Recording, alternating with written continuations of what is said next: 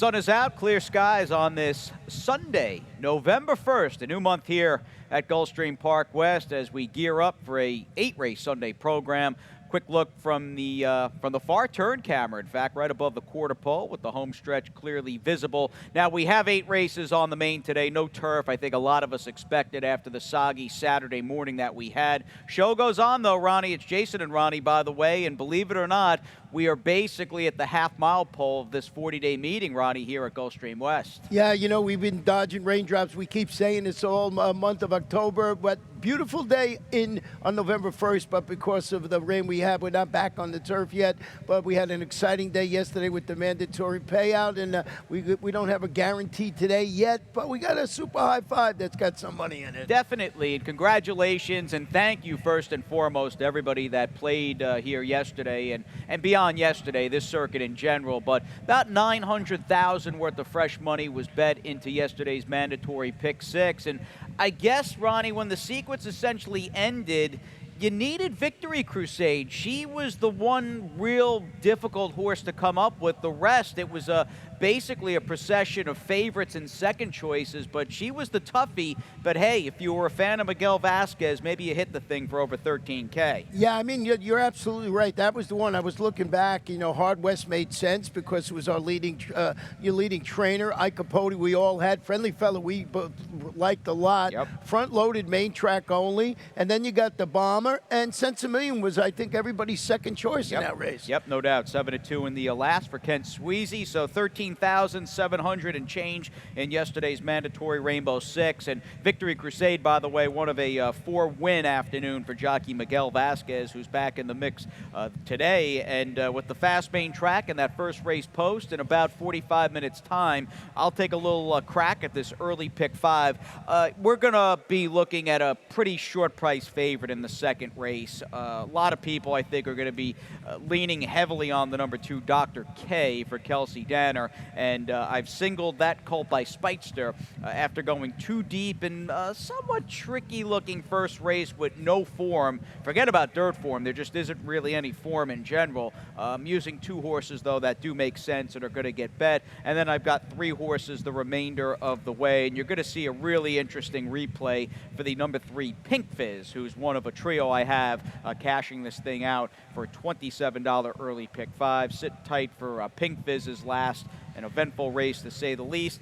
Could this race, though, Ronnie, this off-the-turf first race, which for the record is a 2-year-old $25,000 to $20,000 maiden claimer, could it be as simple as the Mike Maker 25K class dipper in the Kukri, who ran once at Saratoga, was a gazillion to 1 on the turf? Yeah, drop it to the 25 level on the dirt after failing. Really didn't show much in that maiden special weight debut, going a mile into 16th on the Saratoga turf. But, you know, Miguel Vasquez, a hot hand yesterday, handling the class relief this afternoon. But that performance was nothing to hang hat on. So this, as you said, it looks easy on paper, but I think this is a little bit of a tricky race here. Yeah, and probably a horse that's going to be a little shorter than he would be with, say, a different barn, you know, and that's one of the reasons we respect him so much for Mike Maker, but that's kind of a double-edged sword when you're talking about a favorite who's probably going to be just a little over bet because of the Maker presence. And I'll take a shot with the 2 Go Mike, and just watching this horse's first start and referencing that first start for Antonio in late September over at the big track at Gulfstream, this horse was bet in that race, and his day was basically done. They broke. He had a very difficult break, and after that, sloppy track, was chasing down inside, took a lot of kickback, thought he had a license to improve, and clearly you agree. Yeah, and the only other horse, Top Bomb, figures after finishing that improved third on that the race, going on the from turf to dirt last time out. But it's a tough opening leg. I mean, you got the logical 2. We have, I think, the logical 2, but it could go a different way in there. Second race, though, is going to have maybe not a universal single, but there are going to be a lot of people pretty confident and bullish on the presence of the number 2, Dr. K, who didn't do anything extraordinary first time out other than just fire a good effort. We're going to look at that race. Well beaten second behind Drain the Clock, who returned here on Wednesday afternoon, and he's currently unbeaten in a couple of starts for Safi. Drain the Clock, who wired the field at 8-5, came back here again a few days ago and got a 70 buyer for his effort. But you've got Dr. K, who showed the good speed. And I think the connections are probably being realistic. As well as he ran in this race, finishing second, I don't think he ran as well maybe to warrant a try in like a true maiden special weight on the dirt. He's in for the 50K. Looks like he'll play out as the inside speed, and obviously this has been a very good move for trainer Kelsey Danner. And besides that race, not only did the horse come back and win, it produced 4 next out winners from 7 starters, so it's a real good key race. Let's show you a quick stat on Kelsey Danner. Just going maiden special weight to maiden, claiming when horses making their second start in the dirt. She's 3 for 4, 75%, 75 in the money, 670, and just this past year. So the reason I wanted to pull that stat, she's just been doing so well here that I thought we'd show that. And I think Dr. K, as you said, is going to take the bulk of the betting action. Definitely. Who's the danger? Is it the 3 Macho Real, who's also a second-time starter? Yeah, I thought so. Cutting back slightly after rallying to finish second behind that open-length winner in his 50 debut, going 6 here last out. Wannabe, Hector Berrios in the saddle. Ensign Parker, maybe the most seasoned runner in the field, makes his 3rd start. He responded in the first half to the claim for Carlos Perez, who's been doing good here. So maybe the past experience helps this horse show a little something more, but it looks like Dr. K, and you're looking at the doubles, well, it's pretty wide open. Well, everyone's $1,000 now, but I was looking moments ago, and it looked like the 2. He's going to be a pretty short price there. I'd like to lock in, though. I'm just going to take everybody in the second race and hit for a G-note. I looked up, and I saw 99999. Yeah, we'd like to, again, lock the 7 all in if we could right about now. We'll take a little time out here on the show, though. Back with the Rainbow in just a few seconds. And they're off. Second in the 2-path. Round by first inside. Race.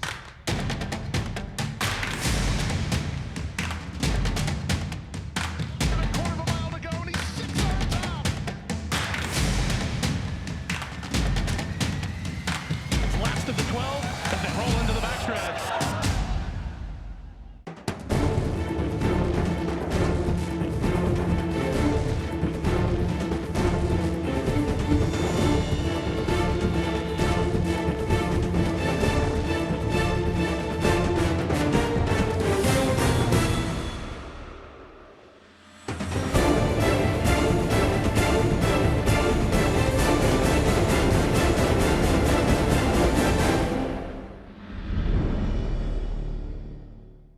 Absolutely, less than a week out from the 2020 Breeders' Cup at Keeneland. And from what we saw yesterday, Ronnie, we took a step back and, in fact, traveled a few miles to Lexington, Kentucky. It looked like our Florida Derby winner from this past March, the wonderful Tiz the Law, just hasn't missed a beat in his recent training for Barclay Tagg, and it's all systems go with the Classic just 5 days out. Yeah, you know, he had a real tough campaign, and they decided to give him some rest, and he's looked like he's really responding to that. I can't wait to see that race next Saturday, actually. Yeah, 6 days make that. Breeders' Cup Friday, 5 days. The Classic, of course, 6 days. And for the first time, I still haven't had a second, but I will look it up. It's going to take some time. I'm curious, though, has there ever been a Breeders' Cup Classic with 2 Florida Derby winners in it? And considering only 2 horses in history have won the Florida Derby and the BC Classic, we might be making a little bit of odd history. It's history maybe a lot of people won't care about, but I am looking forward to seeing both Maximum Security and Tiz the Law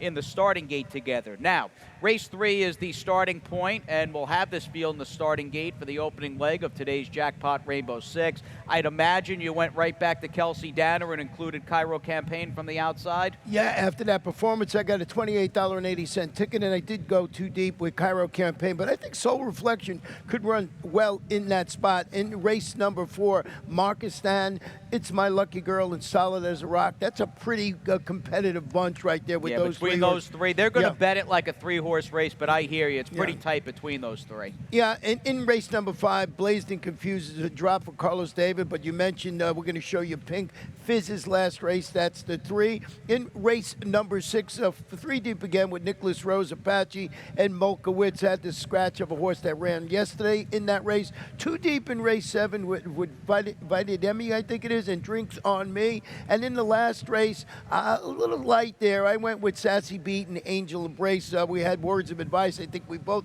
had picked, or at least I did, that scratched out. I picked it too, yep.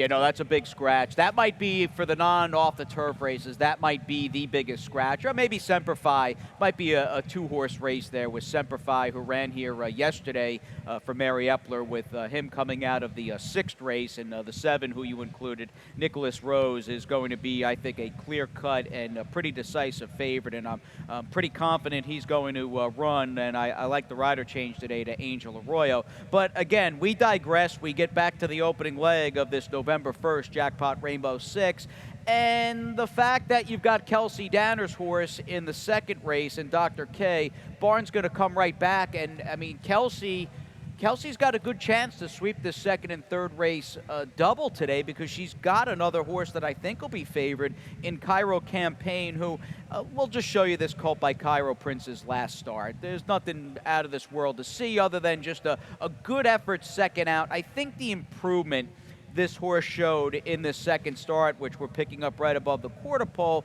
is worthwhile and certainly relevant today. And he may land, Ronnie, because I do think there's an argument, or at least a little bit of worry, that 5 might not be his best trip. If this race was 6 today and not 5 on the dirt, I would think he was a mortal lock. Yet that said, with the 12 Bahamian beat and the number 6 horse Soul Reflection, he might get just a great sort of tracking third, sitting off a pretty intense duel. He looks good coming back trying winners. Yeah, you know, that was against 10 maidens across town, but it was a good performance, as you said. But Soul Reflection, the other horse I added to my Rainbow 6, he's dropped, and as you mentioned, he's probably going to be setting the pace, or one of them setting the pace. He weakened to finish 4th against those 22 lifetime claimers, so they're dropping his horse down. Emmy Gaffney, Lionel Reyes in the saddle, and, you know, that's how I saw the race with these two. I can understand the 12 Bahamian Beats kind of try and wake up a couple of poor showings for Ralph Nance. Yeah, I didn't like that horse's last race yet.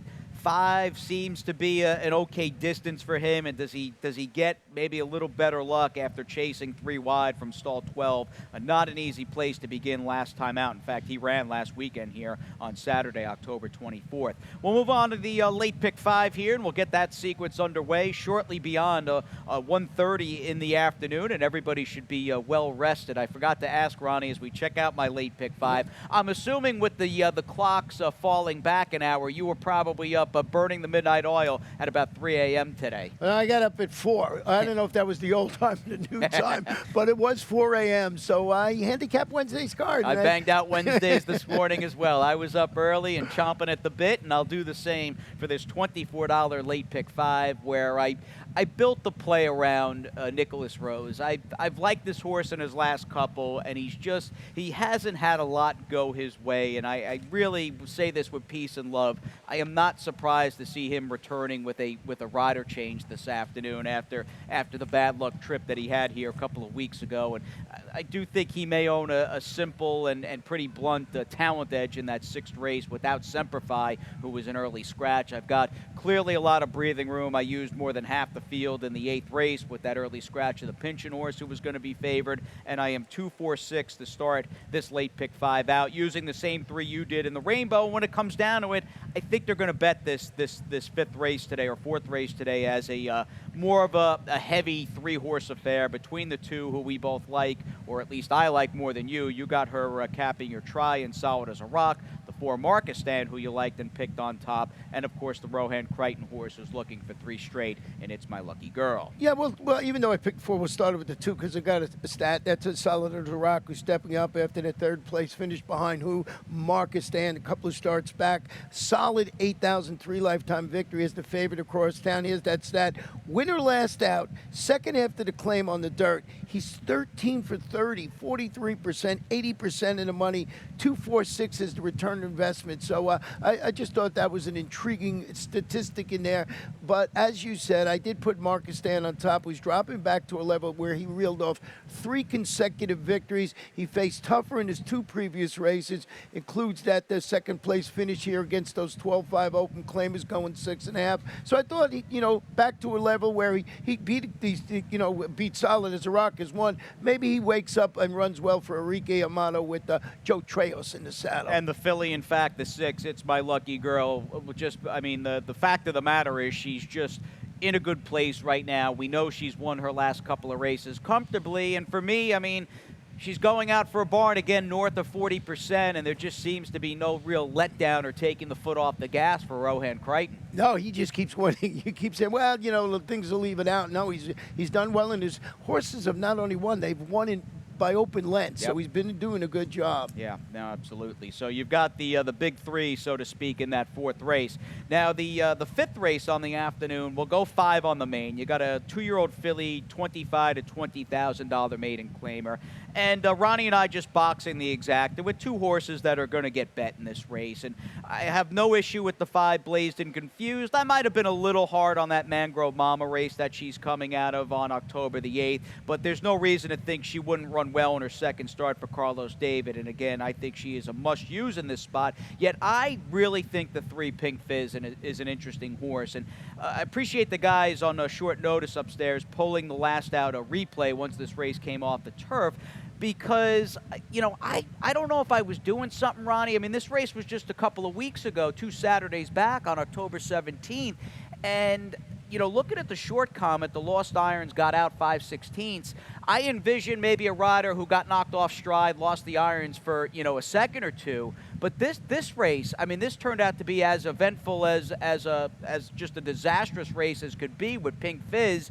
And, with her coming back, just drawing a line through that last race we looked at, her first start, she's one of these horses, October 3rd, tracked outside opening day. We've got a list of winners this big that were against the track. So you draw a line through that race we looked at. I think she looks pretty appetizing here. You're going to put Paco in the saddle today, but it was a good ride last time because Jock was just trying to get out of everybody's way. No doubt. Couldn't get his irons back, so it was good. And it was good that you showed that, and thanks to the guys like you said upstairs. And Blazed and Confused for Carlos on the drop. I think those are the logical too. Yeah, definitely. You're 5-3 on 3-5. We'll move on to race number 6. And second real interesting replay we're going to look at. Again, you've got that expected early scratch of Semper Fi, who ran 24 hours ago here on Halloween for Mary Epler. And with him out, it's just an easier spot all around. And I think that obviously depresses the price a little bit, or maybe a lot, for Nicholas Rose, who this horse ran October 12th. This is the last start. He's coming out of the race with the 3 Molkowitz. And I highlighted Molkowitz, who does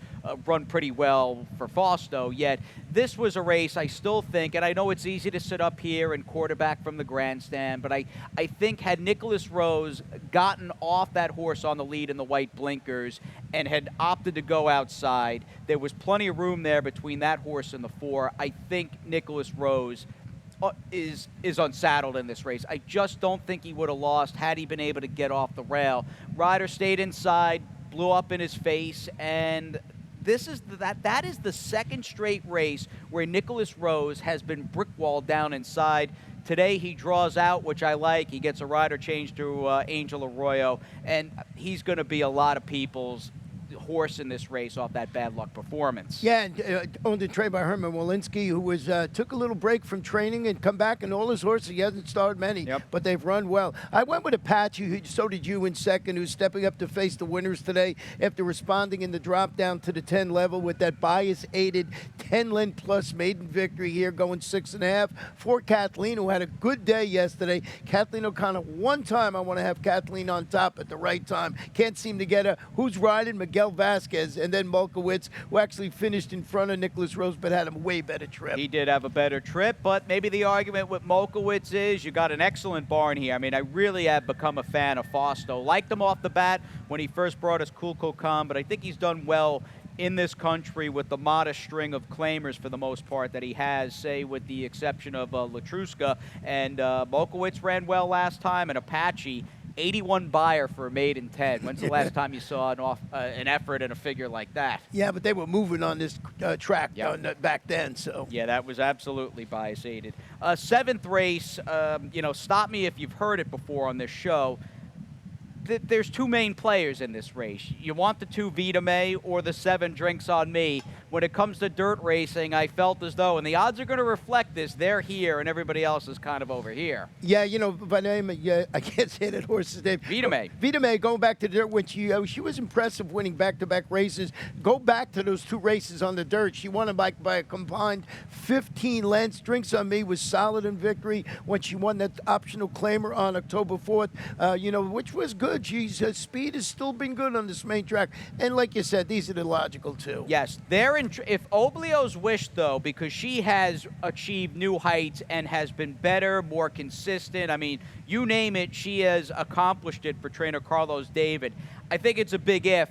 She could be every bit as good or even more talented than the 2 and 7 here if she can run on the main track today, which I don't fully trust her. You don't either. Well, no, what I liked about her, besides that, I put her on my tickets because she showed that improved speed last time out, so maybe she can translate that to the main track. And we're going to go to race 8, but you just wanted to say, I think you did the right thing with your pick 5 going deep in here. But I really backed off a couple of horses here, and I wish I had more coverage. Yeah, I mean, it looked like the real touchstone of this race, win, lose, or draw, was going to be the 2 words of advice. At least a horse you could kind of, pivot off of it and figure out the rest of the field behind. But, she's an early scratch. So you and I both, you took the 2. You said that. So we both scratch in a Dave's firster, the Big Beast filly, the 6 Sassy Beast.